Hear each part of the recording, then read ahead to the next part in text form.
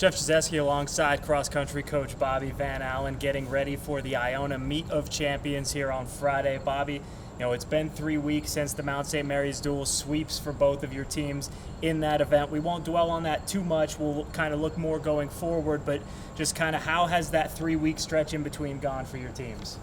It's been great. We're really excited the way our schedule set up to allow us kind of really 3 quality weeks of training without having to kind of back off for any races early on. We still really haven't been backing off for this meet coming up on Friday at Iona, but it's really allowed us just that extra week to really kind of get healthy, get after it, work on a lot of different things. We're in a great spot right now and excited to get our second race under our belt. So you mentioned some of those things that you get to do during those 3 weeks, the training aspects of it. Are there any negatives, adding to the positives of having that 3 weeks off in between events? Yeah, it's, everyone loves racing. To try to keep everybody really, motivated into kind of that race mentality might be a little negative, but it's probably not something dwelled upon. I don't think our team really even probably paid attention too much about.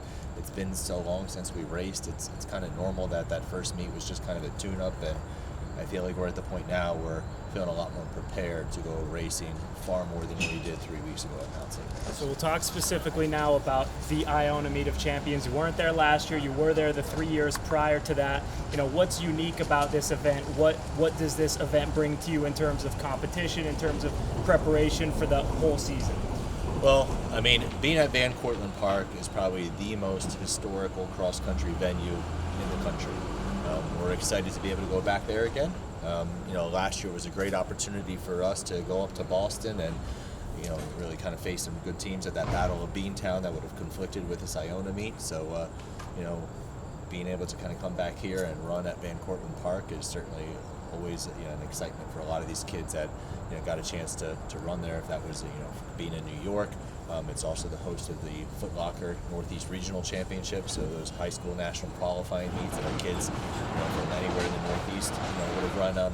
Sometimes they get that first opportunity to be back, but it's a great opportunity for us to get back there. And then the competition, being the only Division III school right now that's coming, I think we're used to that, so that's not really something that's different. But Columbia, Cornell, Iona, some of these other teams that are coming out there, I know I'm just still looking at, I think the list has been ever changing. New schools that we're adding in this past week. I saw Temple's now racing.